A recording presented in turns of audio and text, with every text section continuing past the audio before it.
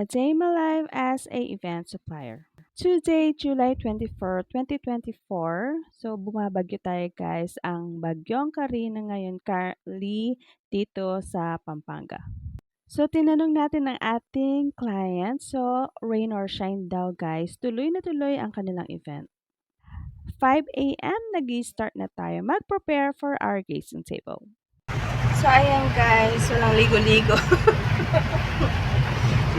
Muulan, bumabagyo. So, tinanong naman natin yung client kung rain or shine. Sabi niya, go, rain or shine.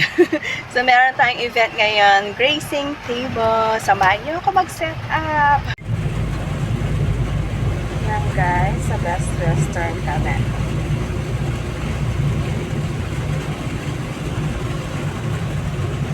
Yan guys! First time, never.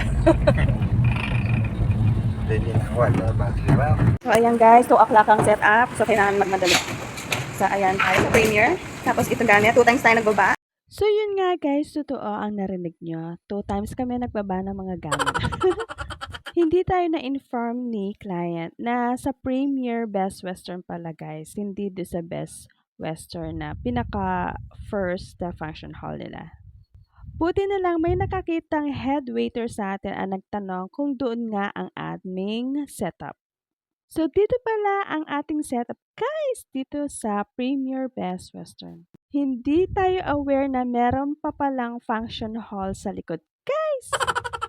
Around 12:30, nag-start na tayo mag-setup ng ating grazing table.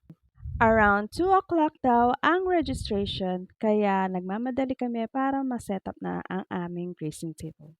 So, ayan na guys, ang aming sample setup ng aming grazing table for this company's event.